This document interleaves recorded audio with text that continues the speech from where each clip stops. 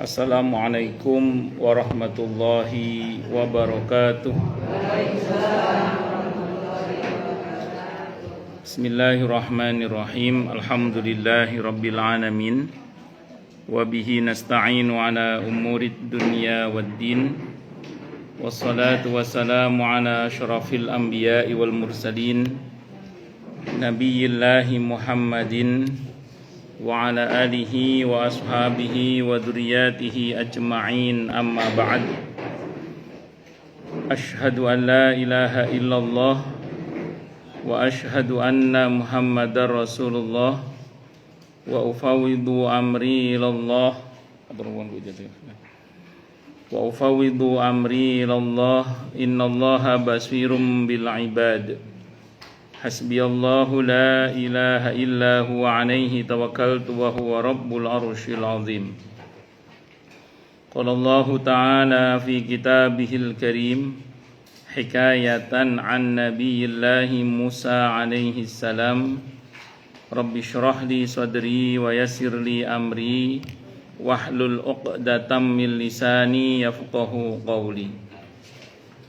Para alim, para asatid, para asatidah, para sepuh, para bini sepuh, para tokoh masyarakat, hadirin, hadirat sekalian, hafidhoni wa hafidhakumullah. Wabil khusus pimpinan cabang Muhammadiyah Bekasi Timur 1, Bapak Haji Heri Karim, dan pimpinan cabang Aisyah Bekasi Timur 1, Ibu Haja Marsina, dan dari Lazismu Ustaz Sinten? Pak Agus nih, Agus Hermawan. Ustaz Agus Hermawan yang semoga semuanya saja kita semua selalu dalam naungan rahmat, barokah, perlindungan serta bimbingan Allah Subhanahu wa taala. Amin Allahumma amin insyaallah.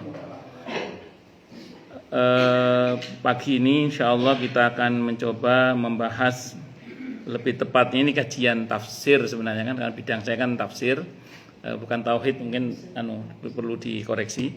Jadi lebih kepada bagian kajian tafsir, cuman tematik berkaitan dengan fikih zakat. Ya, judulnya mirip-mirip di acara Unisma kemarin ya. Jadi apa? Semangat kenabian, pakai kata-kata kenabian gitu aja. Dalam memberdayakan apa? Zakat. Sebelumnya saya mungkin mau cerita dulu bahwa ketika suatu saat itu saya ngisi kajian tentang fikih zakat di sebuah masjid di daerah Bintara. Itu ada masjid namanya Subulus Salam, sama di Al Ihsan, tapi bukan yang Pondok Timur Mas, tapi yang di Jaka Setia apa Jaka Sampurna, itu saya lupa nama. Jaka Sampurna ya, Jaka Sampurna. Itu begitu saya ngisi kajian itu, ada 2 orang bapak-bapak di masing-masing masjid satu-satu. Di Subulus Salam 1, di Al Ihsan itu juga 1. Mendatangi saya, terus dia bilang, saya baru tahu Ustaz, ternyata selama ini saya nggak pernah zakat. Iya, jadi karena dia baru tahu ilmunya zakat, jadi dia ngomong gitu, selama ini saya nggak pernah zakat. Padahal dia ini pengusaha, dua-duanya ini pengusaha, jadi nggak pernah zakat selama ini. Terus Bapak selama ini bagaimana? Ya saya ngasih aja, sodako aja udah. Kalau ada masjid butuh bantuan ya saya bantu, ada anak yatim butuh bantuan ya saya bantu. Pokoknya saya bantu gitu aja, dia bilang gitu. Terus jadi nggak pernah zakat itu nggak pernah. Ya sodako gitu aja, sering sodako. Saya bilang ya udah Pak, ditaubati, saya bilang. Yang lalu biar berlalu, ila maqad salaf, ditaubati. Sekarang Bapak zakat, saya bilang gitu. Terus beliau bilang, saya sudah bangkrut Ustaz, dia bilang gitu. Dua-duanya itu, iya, dua-duanya itu. Betul. Sekarang enggak, maksudnya gini, bayangkan Bu ya, kan kalau dalam hadis yang sering kita dengar adalah mana qasat malun min shadaqatin, kan gitu ya. Jadi harta itu tidak akan berkurang karena sedekah. Tapi ini rajin sedekah kok bangkrut, coba bayangkan.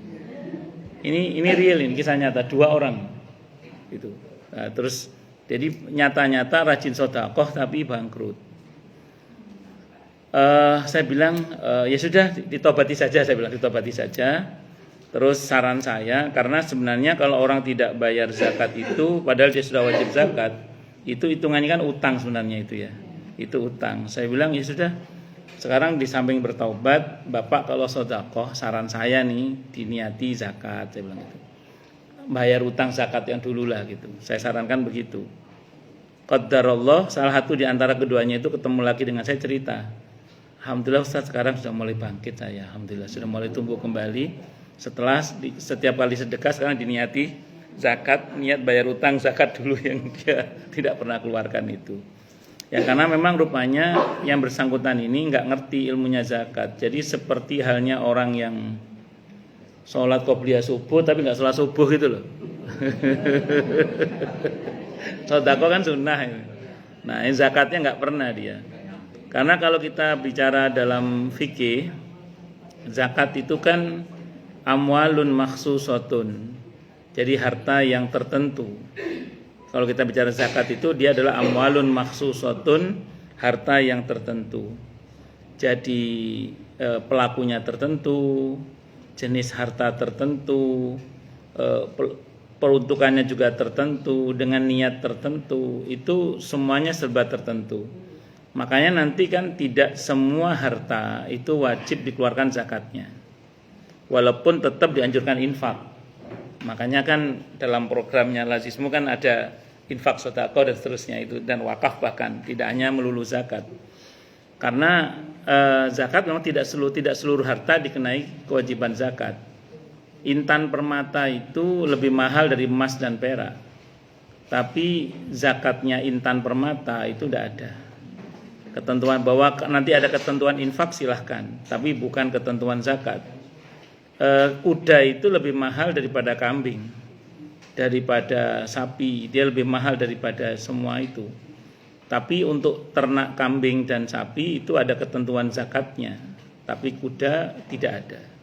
Namun bukan berarti lantas lepas dari infak, karena nanti ada ketentuan namanya apa? Infak itu sendiri. Nah, ini nanti akan beda dengan kalau dia jualan kuda, itu nanti kena zakat ijarah. Atau dia menyewakan kuda, nanti kena zakat ijarah dan seterusnya. Nah, jadi singkat kata singkat cerita, itu baik kuda asli maupun Mitsubishi kuda sama saja.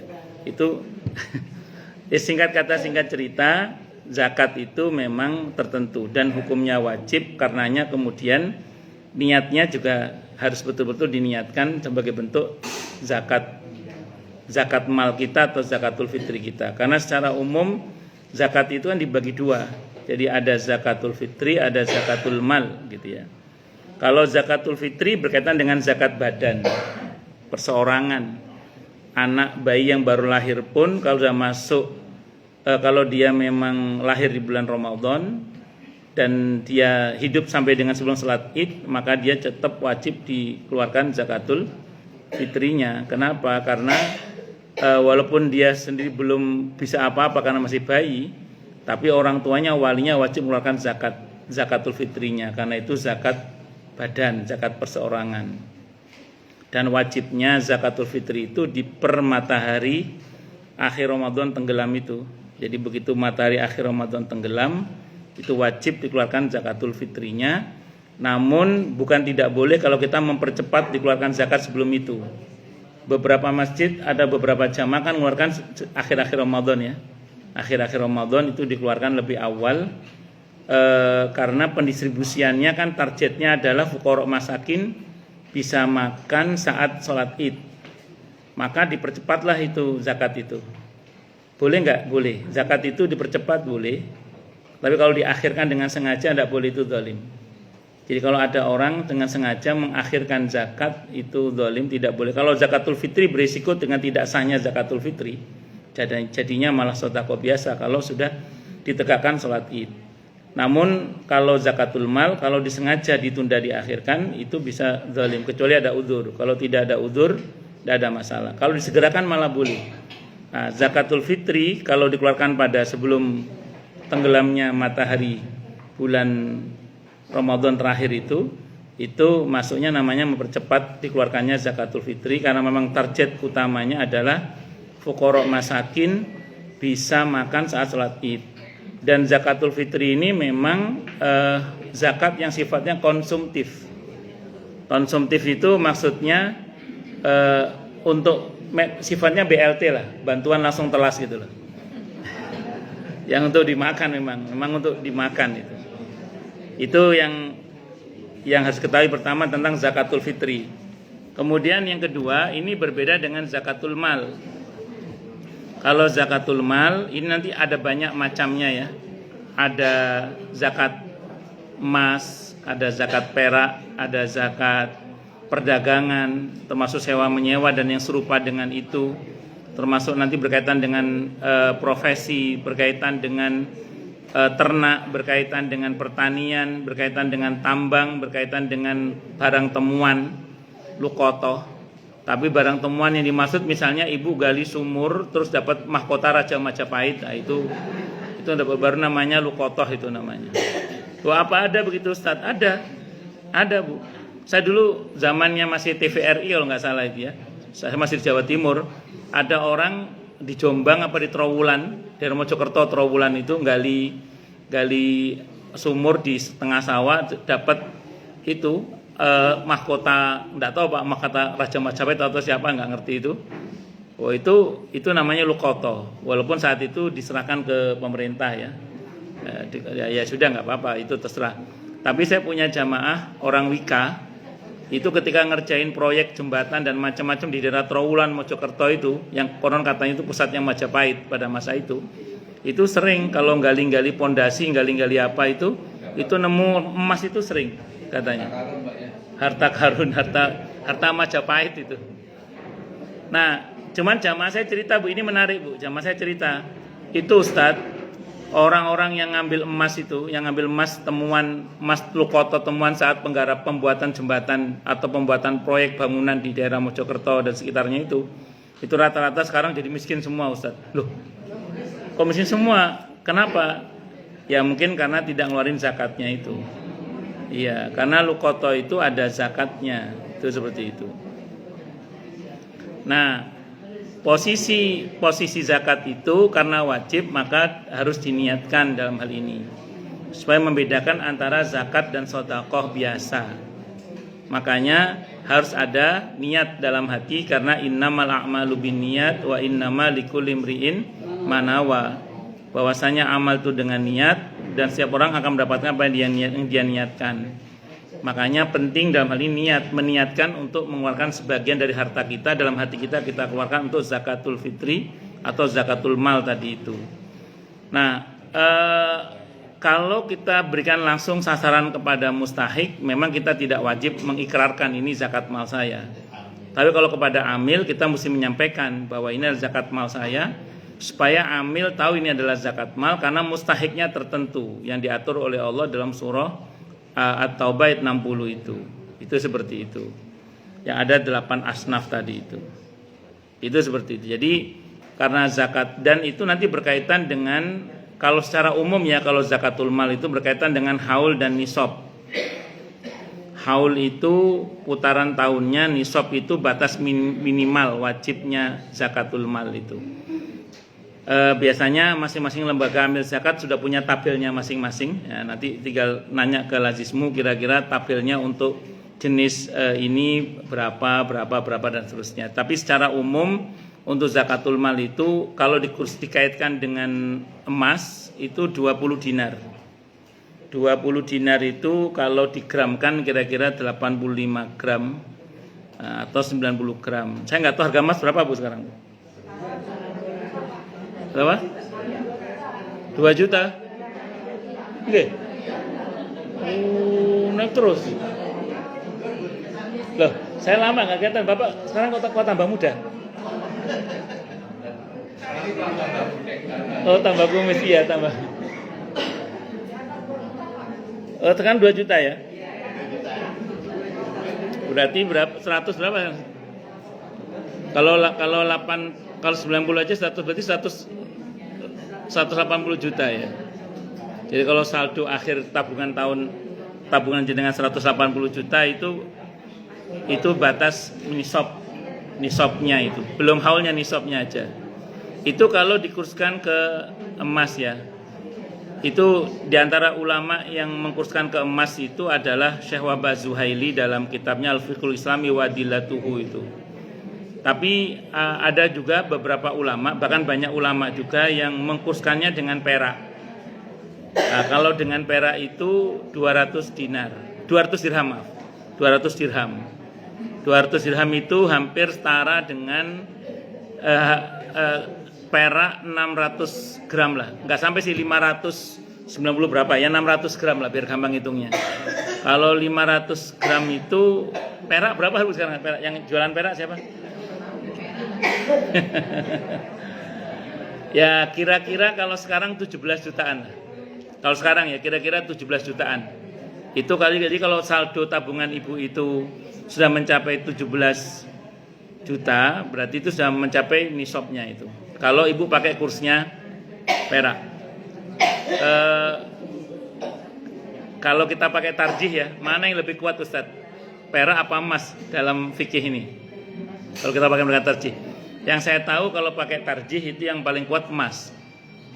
Kenapa? Karena hadis Nabi kepada Mu'adz bin Jabal radhiyallahu an, zakat itu diambil dari orang kaya mereka, diberikan kepada orang miskin mereka, di antara mereka.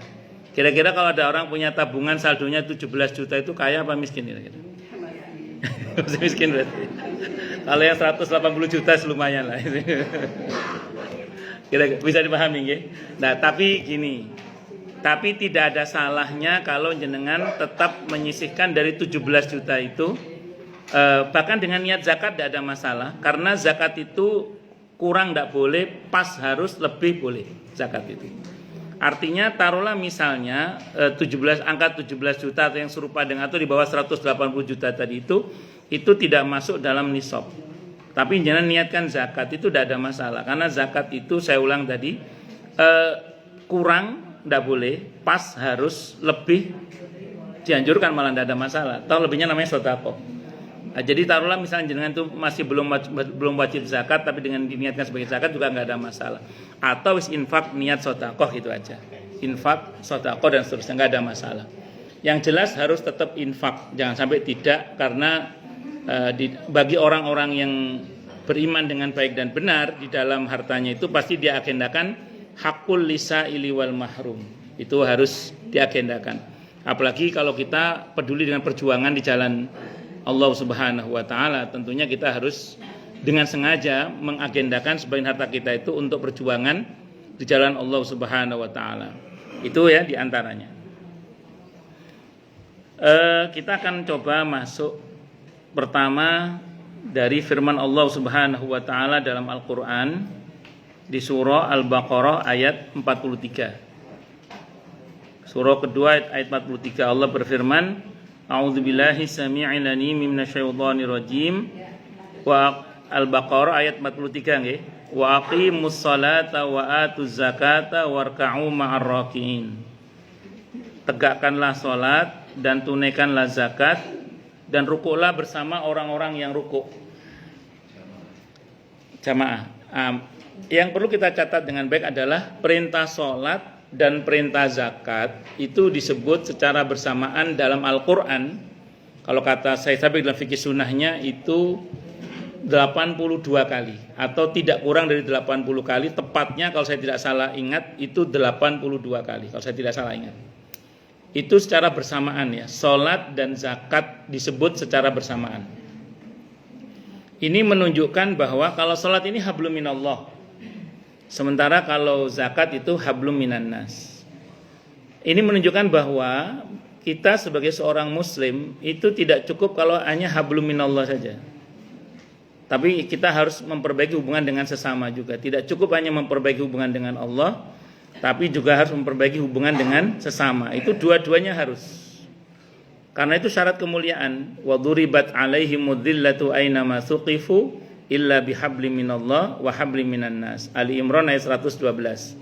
Dan ditimpakan kehinaan kepada mereka dimanapun mereka berada, kecuali dengan tali hubungan baik mereka dengan Allah maupun tali hubungan baik mereka dari sesama atau hubungan baik dengan sesama.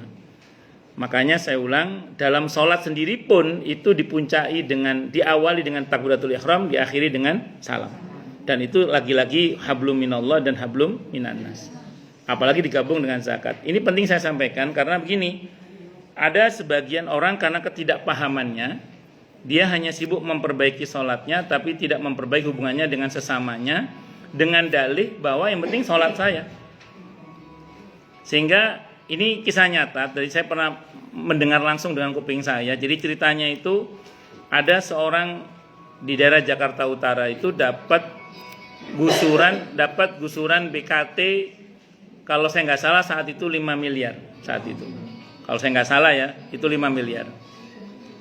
Tapi tetangganya itu nggak ada yang kecipratan sodakohnya, bahkan fuqara masakinnya nggak ada yang kecipratan zakatnya lah. Yang ada rumahnya tambah gede, terus tambah bagus, mobilnya baru, tiang listriknya tadinya di luar pagar sekarang masuk ke dalam pagar. Pokoknya yang ada tambah bagus. Ya nggak tahu gimana ceritanya itu. Nah, singkat cerita, dia ini ditegur oleh orang setempat. Ngomong gini orang setempat itu. Saat itu saya ada di situ, Pak Haji, dapat gusuran banyak 5 miliar, kok tetangganya nggak ada yang kecipratan sama sekali zakatnya atau sedekahnya. Kata orang ini, yang penting kan sholat gua, kata dia gitu. Yang penting sholat gua, kata gitu.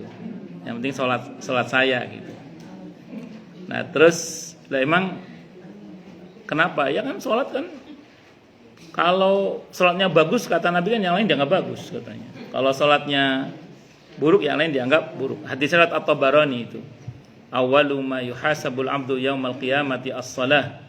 Jadi yang dihisab pertama kali dari seorang hamba itu adalah sholat. Kalau sholatnya bagus yang lain dianggap bagus. Kalau sholatnya buruk yang lain dianggap buruk.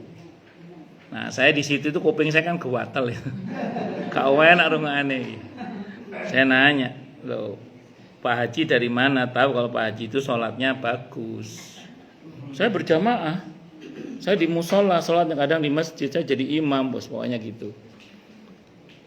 Oke, sekarang Pak Haji sholat, sementara kita tahu Pak Haji kan uangnya banyak nih karena dapat gusuran BKT tadi itu.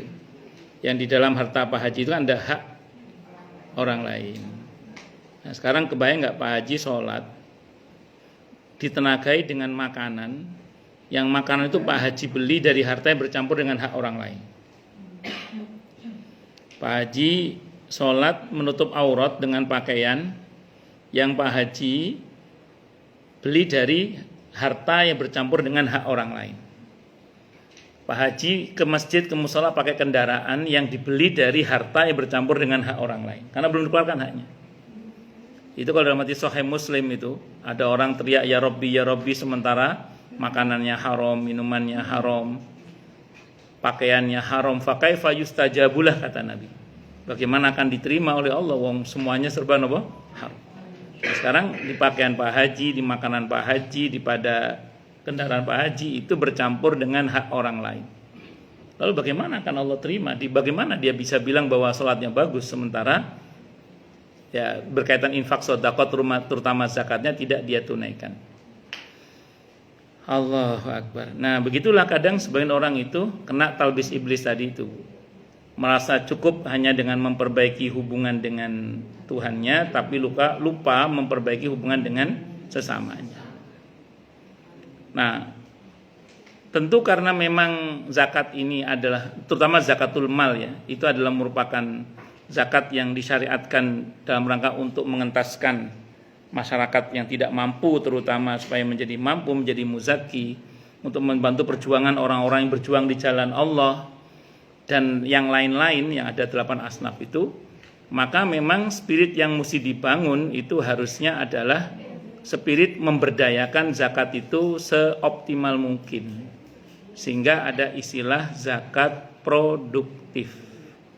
Dan itu yang diajarkan oleh Nabi kita Muhammad sallallahu alaihi wasallam. Makanya ada dalam hadis Sahih Bukhari. Ada dalam hadis Sahih Bukhari itu hadisnya dari Ammar bin Yasir radhiyallahu an. Ammar bin Yasir radhiyallahu an ini ahadul asyaratil masyhudi lahum bil jannah.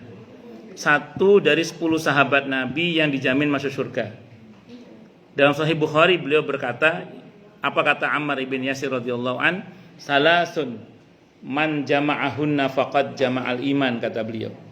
Ada 3 hal Yang siapapun berhasil menghimpun ketiganya maka sempurnalah imannya. Apa 3 hal itu? Yang pertama, al-insafu min nafsi. Sanggup berlaku tengah, adil, jujur pada diri sendiri. Yang kedua, wabadul salam lil alam. Menebar salam ke seluruh alam.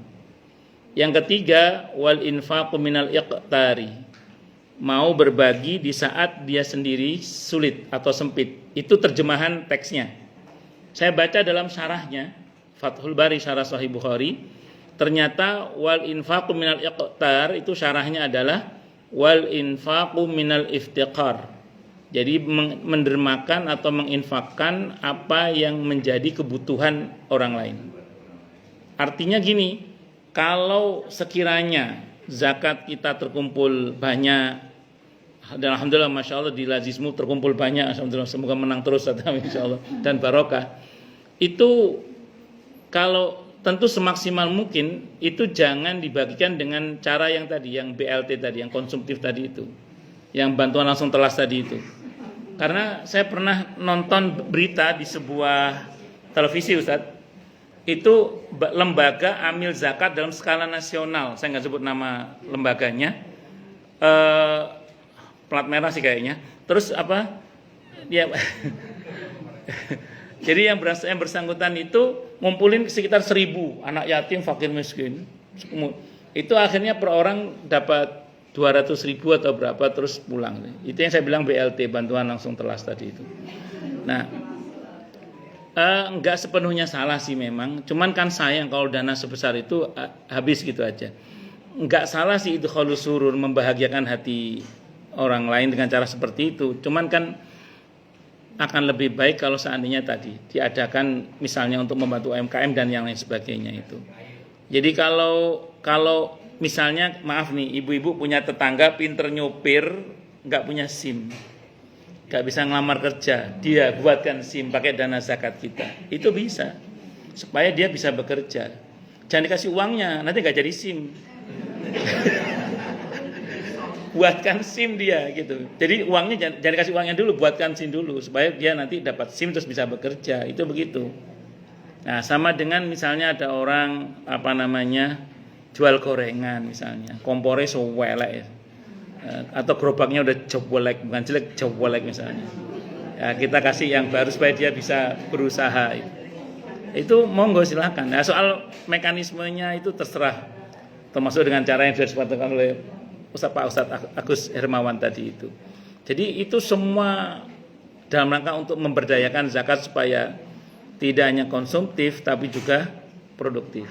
Termasuk untuk pemberian beasiswa kepada siswa-siswa yang berprestasi ataupun yang tidak mampu, supaya nanti di besutan tangan-tangan kita dengan izin Allah mereka menjadi anak-anak yang berprestasi, yang prestasinya tidak hanya sundul bumi, sundul langit bahkan kalau perlu. Itu seperti itu.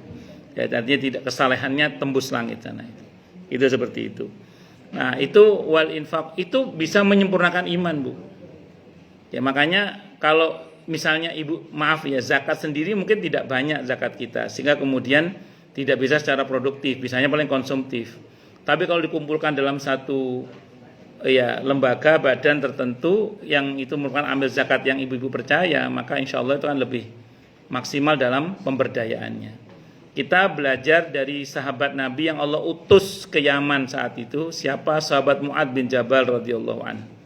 Sahabat Mu'ad bin Jabal radhiyallahu an diutus oleh Nabi ke Yaman itu dengan perintah diantaranya adalah tentang zakat. Jadi setelah mensyahadatkan orang Yaman, mengajak mereka untuk sholat, termasuk diantaranya adalah zakat.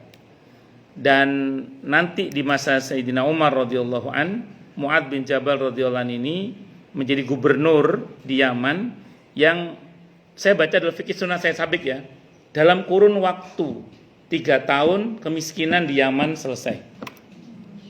Saya baca dalam fikih sunnah saya sabik di bab tentang zakat.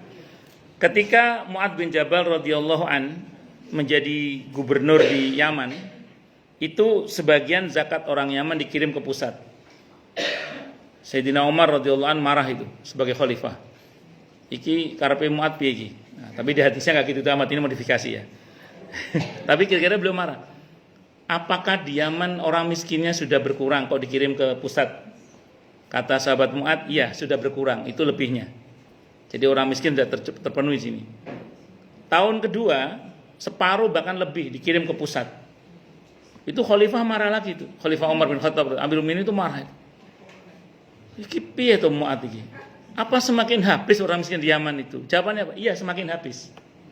Itu lebihnya ada itu. Itu zakat lebihnya separuh lebih dikirim. Berarti peningkatan gitu. Tahun ketiga 100% zakat orang Yaman dikirim ke pusat.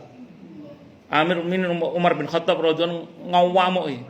Apa sudah habis orang miskin di Yaman itu? Kata Mu'ad sudah habis. 3 tahun. Ono gubernur tak pilih. 3 tahun kemiskinan di Yaman selesai itu. Itu gubernurnya Mu'ad bin Jabal. Itu saya baca dalam fikih sunnah saya sabik di bab tentang zakat itu. Allahu Akbar. Jadi makanya gini, saya itu kan sering ya namanya juga Ustadz kaki lima keliling-keliling gitu ya. Menjajakan cahaya. Itu pernah ada satu masjid, yang nggak cuma satu masjid, ada beberapa masjid. Itu ngasih pengumuman gini. Alhamdulillah bulan Ramadan ini gitu. Dia ngomong gitu. Alhamdulillah bulan Ramadan ini kita bisa menyantuni anak miskin dan anak-anak yatim dan orang-orang yang tidak mampu lebih banyak. Sekarang orang miskin dan anak yatim yang kita santuni jumlahnya meningkat 200 orang gitu. Itu saya dalam hati itu mikir gitu. Ini saya harus seneng apa sedih gitu. Satu sisi oke, nampaknya senang karena perolehan zakatnya besar sehingga banyak yang bisa diberi. Satu sisi kayak gitu senengnya, tapi satu sisi saya mikir gini, loh kok zakat rajin didistribusikan di masjid itu, tapi kenapa masyarakat sekitarnya kok malah naik jumlah, mustahiknya kok semakin naik. Berarti kan nggak sesuai dengan harapan gitu loh. Kan aneh itu seperti itu. Terus saya di tengah-tengah sedih itu ada seorang ustadz mendekati saya, dia bilang, alhamdulillah Ustadz, di sini orang miskinnya sudah menurun kok. Alhamdulillah. Iya Ustadz, orang miskinnya sudah menurun ke anak cucu maksudnya. Repot. Ini kisah nyata Bu. Saya cerita ini betul-betul terjadi itu. Mas saya kadang bingung, ini saya harus seneng apa harus sedih ketika dia mengatakan alhamdulillah sekarang fuqara masakin yang kita bantu semakin banyak. Itu kan repot itu. Ini apakah kegagalan atau keberhasilan zakat ini? Makanya harusnya kalau zakat yang membawa semangat kenabian itu kan harusnya zakat itu disampaikan secara produktif dan atau solutif begitu ya. Bahwa yang konsumtif ada silakan, tidak ada masalah. Tapi kalau untuk zakatul mal sepatutnya lah kemudian secara produktif dan atau solutif tadi itu. Itu seperti itu. Ini ya diantara hal-hal yang bisa saya sampaikan berkaitan dengan pendistribusian zakat secara produktif dan atau solutif berdasarkan semangat kenabian yang disampaikan kepada para sahabat-sahabatnya. Dan kita tahu bahwa tadi di masa Sayyidina Umar radhiyallahu an dengan gubernurnya Mu'ad bin Jabal radhiyallahu di daerah Yaman, itu kemiskinan habis hanya dalam waktu 3 tahun. Itu sependek yang saya baca dalam fikih sunnah Said Sabik bab tentang zakat.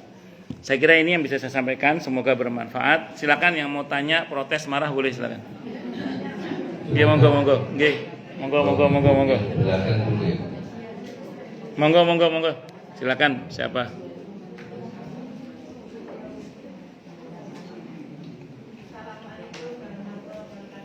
Waalaikumsalam warahmatullahi wabarakatuh.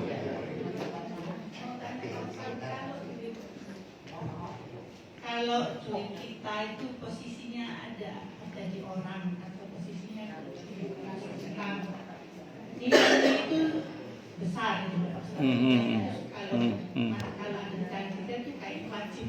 Nggih. Baik. Kita zakatin enggak usah. Oke, baik. Biasanya kalau yang ngutang uang kita besar, itu biasanya diutang untuk pilkada biasanya. Untuk modal pilkada. Saya punya jamaah soalnya, uangnya nyangkut di kasus pilkada begitu. Jadi ada temennya nyalon jadi wali kota atau apa, terus kemudian dia pinjamkan uangnya dan seterusnya. Tapi enggak, saya bercanda Bu ya. Tapi ini saya serius, sekarang saya serius ke pertanyaan Ibu.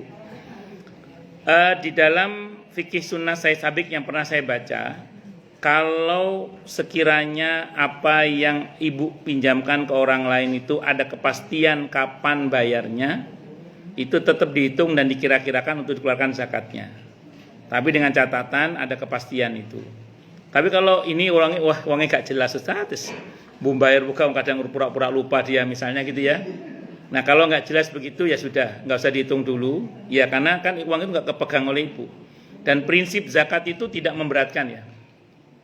Kalau sampai memberatkan itu patut dicek ulang. Contoh memberatkan itu gini misalnya.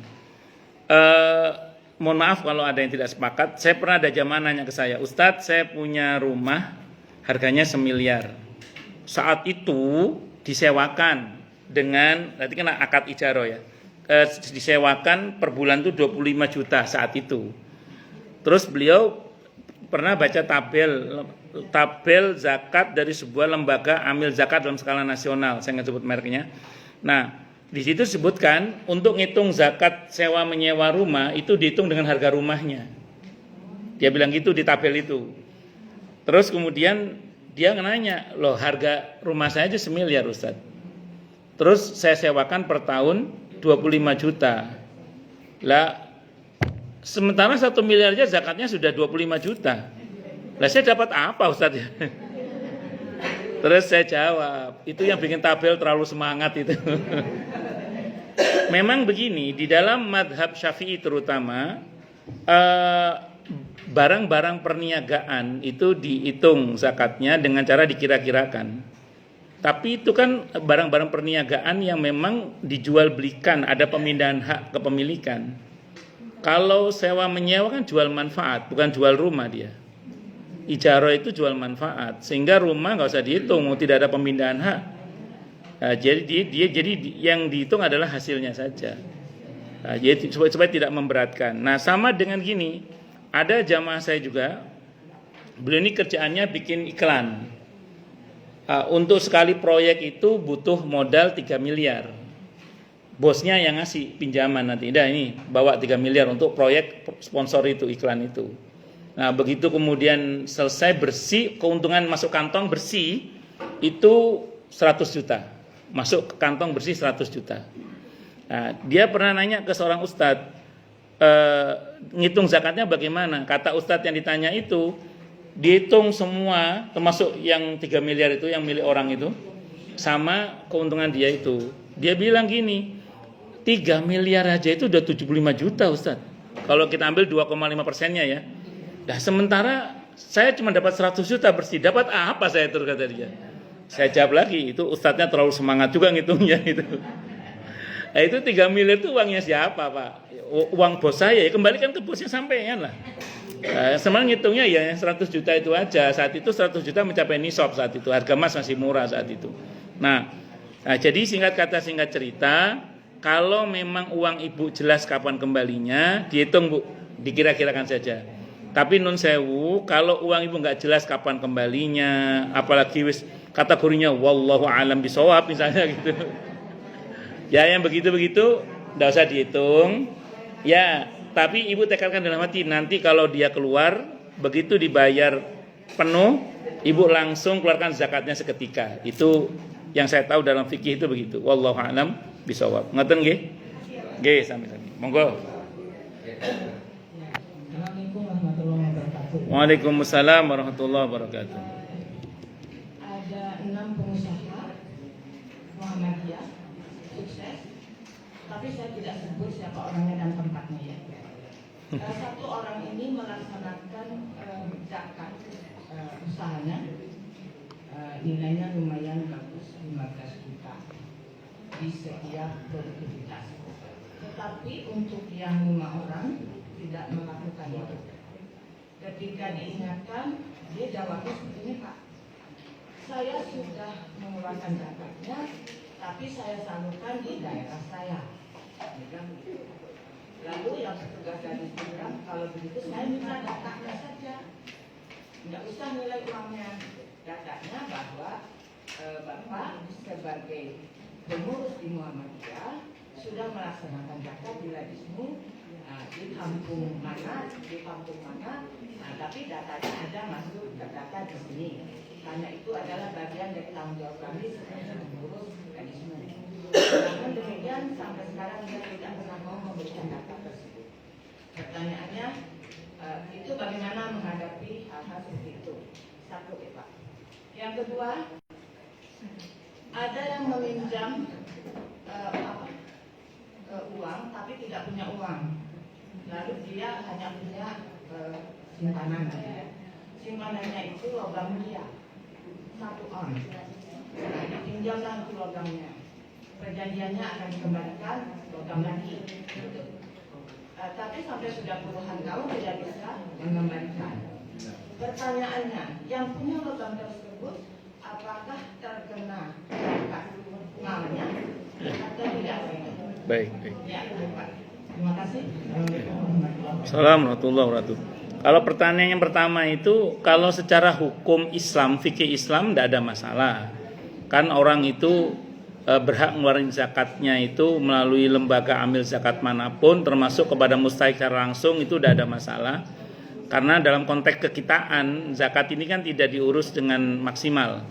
Beda dengan di masa kekhalifahan kaum muslimin dulu, zakat itu memang mesti melalui lembaga resmi yang ditunjuk oleh pemerintah gitu, seperti itu. Kalau sekarang ini kan kita tahu di negara kita tidak seperti itu.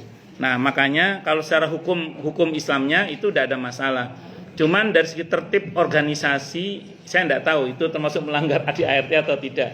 Nah, itu bukan kewenangan saya untuk menjawab.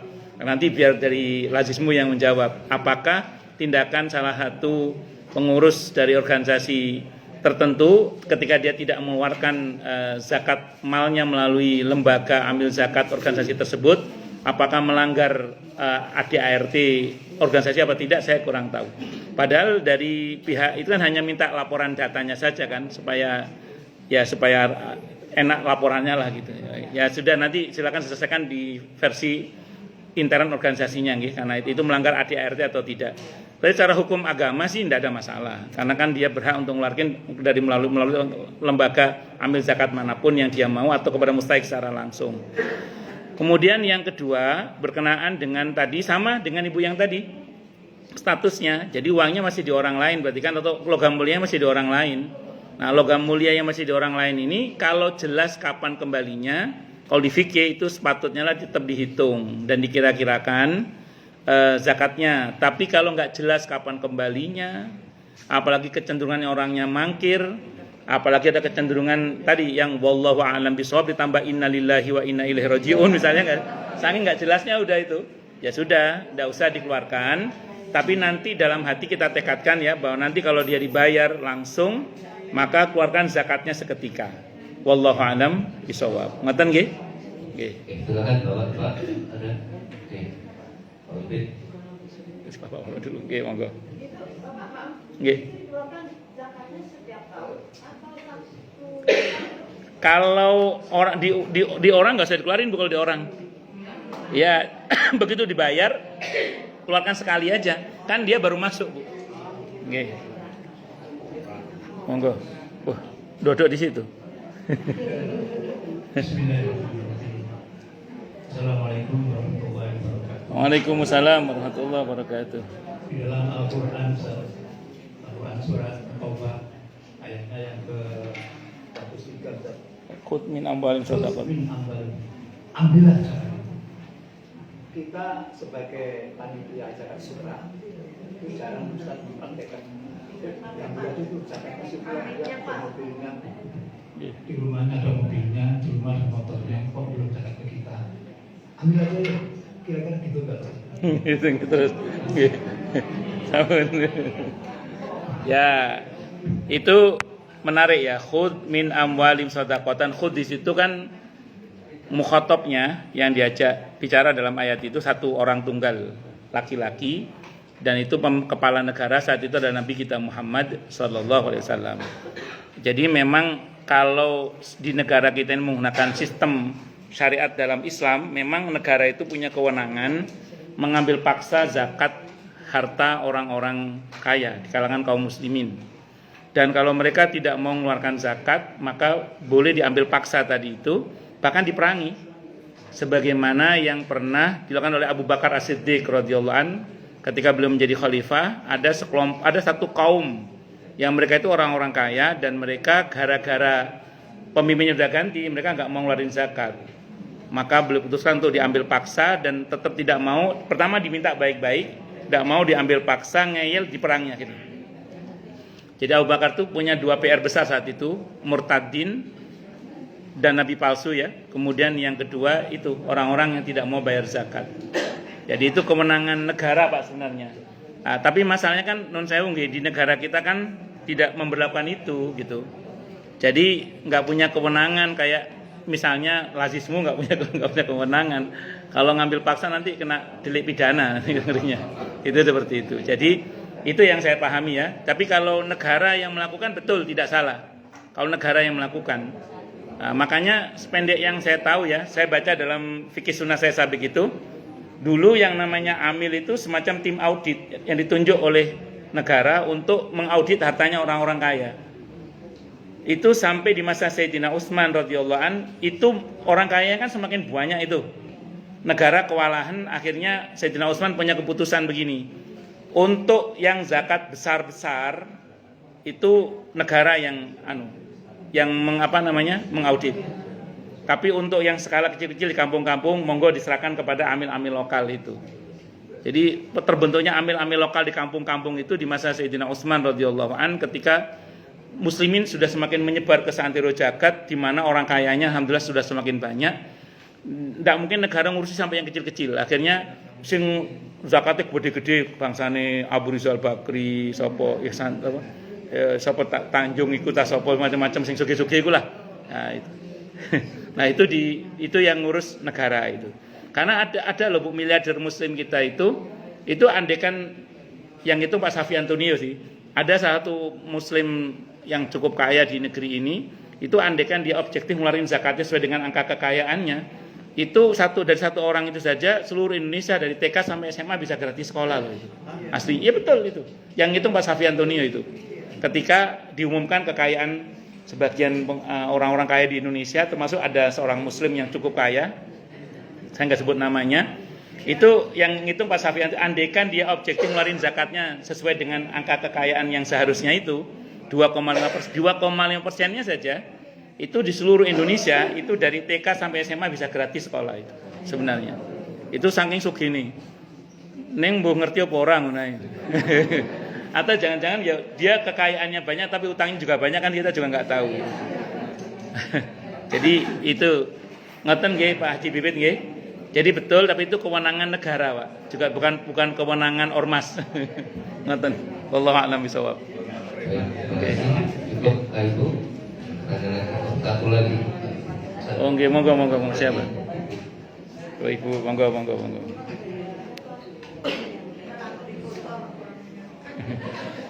Oh, ini suaminya.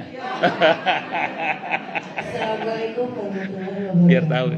Assalamualaikum warahmatullahi wabarakatuh. Oke. Mengenai amil, Pak. Nggih, Bu, Ada nggih. masih kontroversi Pak. Nggih. Apa yang disebut dengan amil bagaimana gitu? Baik. Apakah setiap orang yang mengurus sesaat, misalnya saat Idul Fitri, Nggih. kan mereka kan ada panitianya tuh. Nggih. Mereka yang tak menarik itu, apa itu sudah disebut amil juga? Bagus. Ya, gitu aja. Baik. Amil yang sudah pasti dan sah dan benar menurut hukum yang disepakati itu adalah petugas-petugas yang ditunjuk oleh negara untuk mengurus masalah zakat. Itu kalau yang asli. Jadi amil yang asli yang sepakati oleh seluruh ulama itu adalah amil yang ditunjuk oleh negara untuk mengurus masalah zakat. Nah, dalam hal ini negara memberikan surat izin kalau dalam konteks Indonesiaan. Maka ada lembaga-lembaga zakat seperti misalnya Badan Amil Zakat Nasional, termasuk Lazismu, itu termasuk dapat izin dari negara. Jadi ibu kalau misalnya melakukan zakat melalui Lazismu atau lembaga-lembaga amil zakat yang lain dalam skala nasional yang sudah dapat izin dari negara, itu sudah melalui amil yang benar namanya itu. Jadi dengan ibu ngeluarin zakat melalui mereka, berarti zakat ibu sudah keluar dengan benar sudah. Itu namanya amil yang benar secara syar'i dan secara legal ke negara kita. Biasanya cirinya kalau di negara kita, kalau sampai kemudian ibu zakat melalui lembaga tersebut dikeluarkan print outnya bahwa ibu dah zakat melalui itu, biasanya itu bisa dipakai untuk mengurangi pajak, betul nggih? Ya, itu seperti itu. Itu kalau yang resmi milik negara. Itu secara hukum agama, secara hukum negara itu amil yang benar. Nah, adapun kepanitiaan insidentil yang seperti di masjid itu kalau lebih tepatnya itu kepanitiaan ya, kepanitiaan zakat. Apakah sama dengan amil? Kalau merujuk pada definisi yang pertama tidak masuk sebenarnya. Karena mereka panitia, bukan amil. Namun kalau kita pakai pendekatan secara bahasa, nggak pakai secara syar'i, amil itu kalau di fikih sunnah yang saya baca adalah orang yang menyediakan waktu dan tenaganya untuk menghimpun dan mendistribusikan zakat. Itu adalah amil. Jadi kalau dia di masjid sebagai amil, dia seksi sibuk, betul-betul dia menyediakan waktu nunggu jamaah, terus nanti mendistribusikannya, mendata fuqara masakin, dia amil betulan itu. Tapi kalau cuma pasang nama saja, tapi nggak pernah kerja, itu ya nggak masuk gitu loh. Ngeten nggih? Jadi itu kalau secara bahasa. Jadi mereka kepanitiaan, cuman kalau memang betul-betul kepanitiaan itu meluangkan waktu, biaya dan tenaga bahkan untuk untuk zakat tersebut, baik penghimpunannya maupun pendistribusiannya, maka secara bahasa dia sudah masuk dalam kategori amil. Walaupun kalau secara syar'i, amil yang resmi secara fikih maupun secara legal negara itu adalah yang ditunjuk oleh negara. Maka betul kata Ustadz Agus Hirman tadi, kalau ada orang menghimpun dana tanpa izin dari pemerintah itu bisa kena pidana itu. Kan karena sekarang makanya ada kawan Ustadz di media sosial menghimpun dana itu langsung diaudit itu. Apa betul ini atas dasar apa ini pengumpulan dananya ini, lembaga apa yang memayunginya, dibenarkan nggak oleh undang-undang kita? Itu nggak boleh sembarangan kalau sekarang itu. Kalau dulu kan wis iso saenake dhewe, saya sekarang nggak bisa. Ngeten nggih Bu nggih. Wallahu a'lam bishawab. Terima kasih Bapak, cukup. Baik, saya pribadi saya tutup dengan hamdalah. Alhamdulillahirabbil alamin. Subhanakallahumma bihamdika asyhadu an la ilaha illa anta astaghfiruka wa atubu ilaik. Sallallahu alaihi Muhammad wa alihi wasallam. Saya mohon maaf. Wassalamualaikum warahmatullahi wabarakatuh. Yes, sami-sami. Amin amin amin amin. Baik, sebelum saya tutup